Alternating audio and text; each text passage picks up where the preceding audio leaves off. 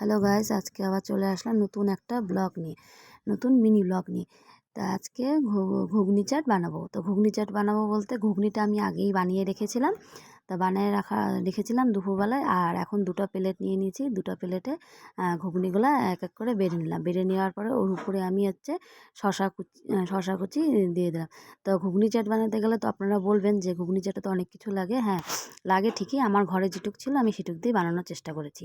দেখতেই পেলে ফার্স্টে শশা কুচি দিয়েছিলাম, তারপরে পেঁয়াজ কুচি দিলাম, টমেটো কুচি দিলাম, উপর দিয়ে একটু লেবু চিপে দিয়েছি। দেওয়ার পরে ওর উপর দিয়ে ঝুরি ভাজা একটু ছিটিয়ে দিয়েছি।